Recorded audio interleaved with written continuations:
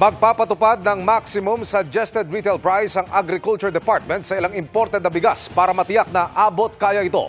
Kung hanggang magkano, alamin sa pagtutok ni Ferdinand Reyes. Simula January 20, ipapatupad na ang maximum suggested retail price o MSRP sa 58 pesos kada kilo sa mga imported na bigas.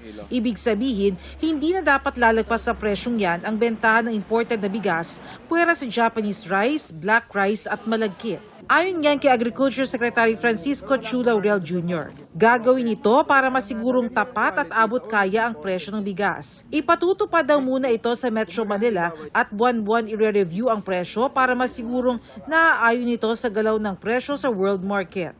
Dagdag ng DA, dumaan ito sa konsultasyon kasama ang mga importers at retailers at mga ahensya ng pamahalaan. Naglagay kami nga ng margin na 10 pesos per kilo from importer to retailer. So yun ang 58 natin. Pero ngayon nga, world price is bumababa eh. No? So baka yung 58 na MSRP in the future should be lower if the price of the world price continues to go down. Aalisin na rin ang mga brand sa bigas na nagiging dahilan ng ilang mananamantala. Sa halip, papalitan ito ng color coding. Maglalabas pa ng guidelines ang DA ukol dito. Sa takal-takal naman, ipagbabawal ang brands. Ilalagay lang type, kailangan lagay yung origin, ilan % broken, tsaka presyo.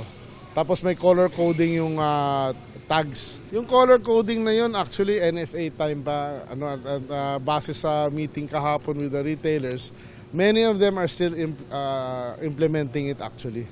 Susunod na rin ang paglulunsad ng sulit rice na ibebenta ng 35 hanggang 36 pesos o yung tinatawag na 100% broken. Sa ngayon, mabibili pa lang ito sa ilang piling pamilihan. Samantala, sa price monitoring ng DA kasama ang DTI ngayong araw, kapansin-pansin ang pagbaba ng presyo ng kamatis na umabot kamakailan sa 360 pesos kada kilo.